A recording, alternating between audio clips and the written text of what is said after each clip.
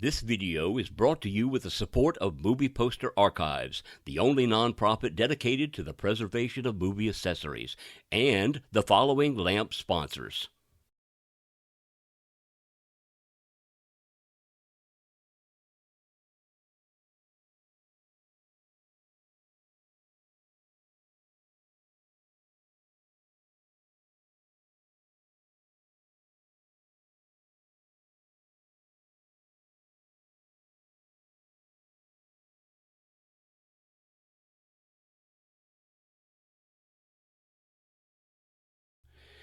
There is emphatic certainty that stills are the most highly valued and internationally effective form of publicity, advertising, and exploitation.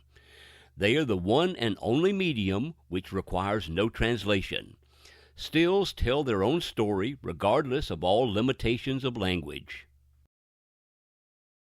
Although the motion picture camera is credited with the creation of the worldwide cinema, still photography was basically the backbone of the industry. The use of still photography was, and still is, an integral part of the process of producing, distributing, and marketing a film. To understand movie stills, we need to understand why they were made and how they were used. For this video, we are focusing on production stills which were taken before and during the actual production of a specific film.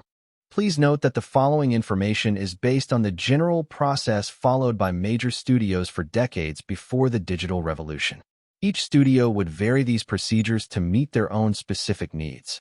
Movie stills fall into many categories, including promotional, publicity, paparazzi, production, portrait, photographer, celebrity, autographed, and even amateur. Still photography on a film began in the pre-production stage and continued until the film's completion. Each major studio normally had a unit photographer on staff for general photography purposes. In addition, particularly on larger productions, additional photographers were sometimes brought in for either overflow purposes or special assignments. Secondary photographers were sometimes used, such as one photographer taking black and white and one taking color shots. The images taken by the unit photographer or overflow photographer were developed daily and distributed to various departments for specific purposes. The first stills were taken before filming began and were incorporated into the initial planning and development of the project. Casting stills were used to determine how a particular actor or actress would look in a role. Here we have Elizabeth Taylor and Audrey Hepburn auditioning for the role of Lygia in the 1951 film Quo Vadis. The role eventually went to Deborah Kerr. Pre-production stills were also used to see how an actor or actress looked in their wardrobe and costumes. Early stills were also used to assess hair and makeup. Here, we have actress and Sheridan from the film King's Row showing hairstyles and makeup with and without eyelashes. These pre-production stills were used in a variety of ways from storyboarding, administrative decisions, advanced publicity, and even sometimes sent to artists to start conceptual artwork for early advertising campaigns and exposure. During the production, the unit photographer was responsible for capturing thousands of still shots of the production, both while the movie cameras were running and behind-the-scenes shots. Some of the photos would offer a different angle to the motion picture camera. In other cases, the photographer would stand next to a movie camera operator. Some of the shots would be behind the scenes with actors and directors. At the end of that day's shooting, the unit photographer took photos of the movie's sets.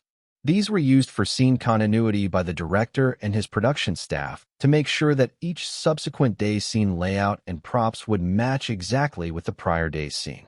This was to avoid mishaps such as appearing and disappearing salt shakers, curtains changing color, tables and chairs in different places, etc. These were marked and numbered in a wide variety of ways. Here is a scene of Rick's Cafe from the classic film Casablanca. After the production still shots were taken each day, the photographer would take the rolls of film negatives and place them on a contact sheet.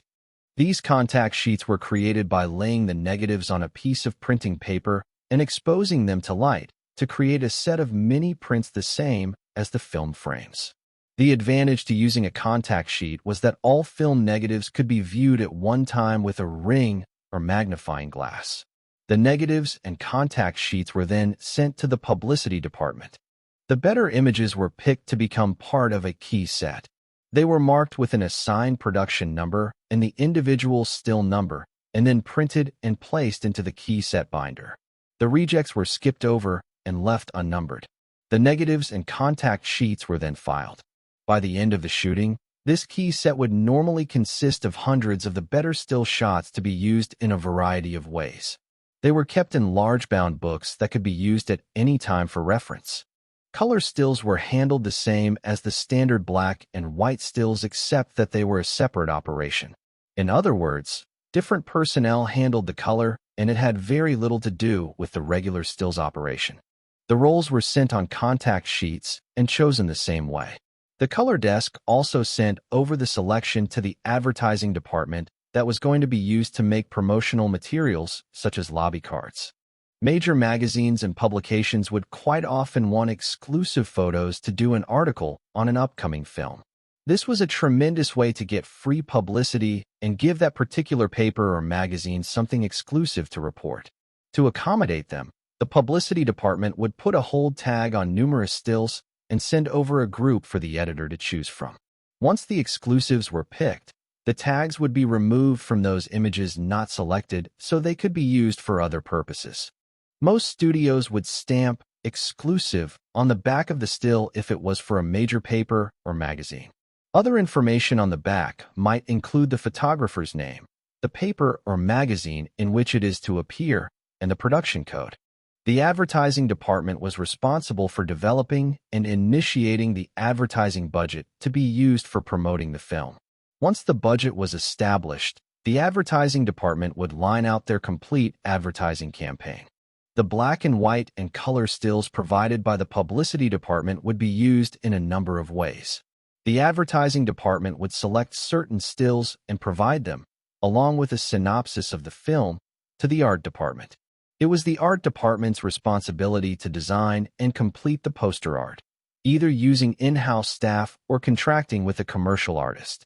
The art department would also utilize the color stills provided by the publicity department to make promotional materials such as half sheets, lobby cards, slides, window cards, and insert posters. The advertising department would use both stills and artwork provided by the art department to create the ad mats that were to be used by the theater managers to promote the film locally.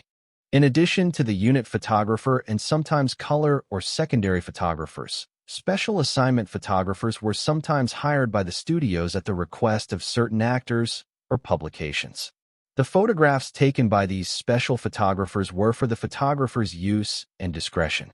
One of the most famous of these was George Hurrell. From time to time, the studio would request the use of one or more of these images. They would then be incorporated into the key set or other press materials, with the permission of the special photographer and the photographer's name on the back. This still of Gloria Swanson in the 1934 film Music in the Air, taken by Otto Dyer, highlighted the Renee Hubert gown worn by Miss Swanson. This is the basic procedure of handling stills by most of the studios. However, each studio took and expanded the use of stills, such as for celebrity stills, employees, groups, and other types of promotions. To control the taking and processing of these stills, most major studios instituted a number control system that was referred to as the production code. Thank you for watching this Learn About Movie Posters presentation.